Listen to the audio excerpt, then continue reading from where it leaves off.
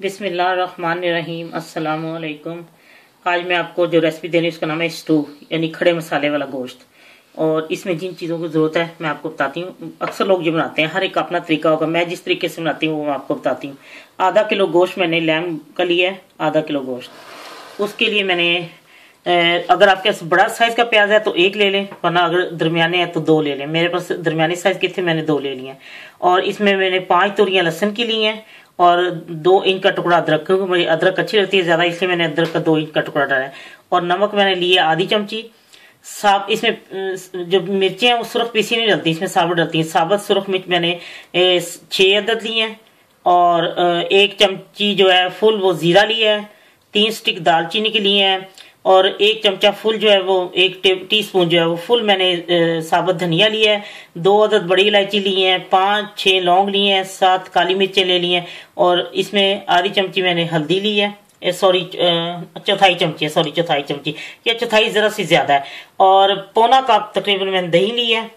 और आधे से जरा थोड़ा सा ज्यादा ले लें, तकरीबन पौना कप बनता है। और सब्ज मिर्चें कटी हुई बारीक और सब्ज धनिया, ये दोनों गार्निश के लिए। और आधा जो कप है वो मैंने तेल लिया है। अब मैं आपको बताती हूँ मैंने किस तरह बनाना है।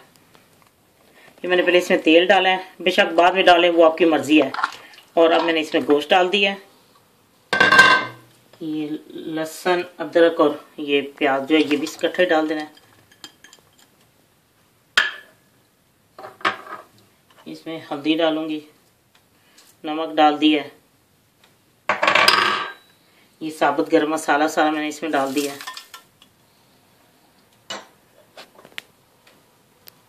ये दही पे मैं इसमें डाल रही हूँ।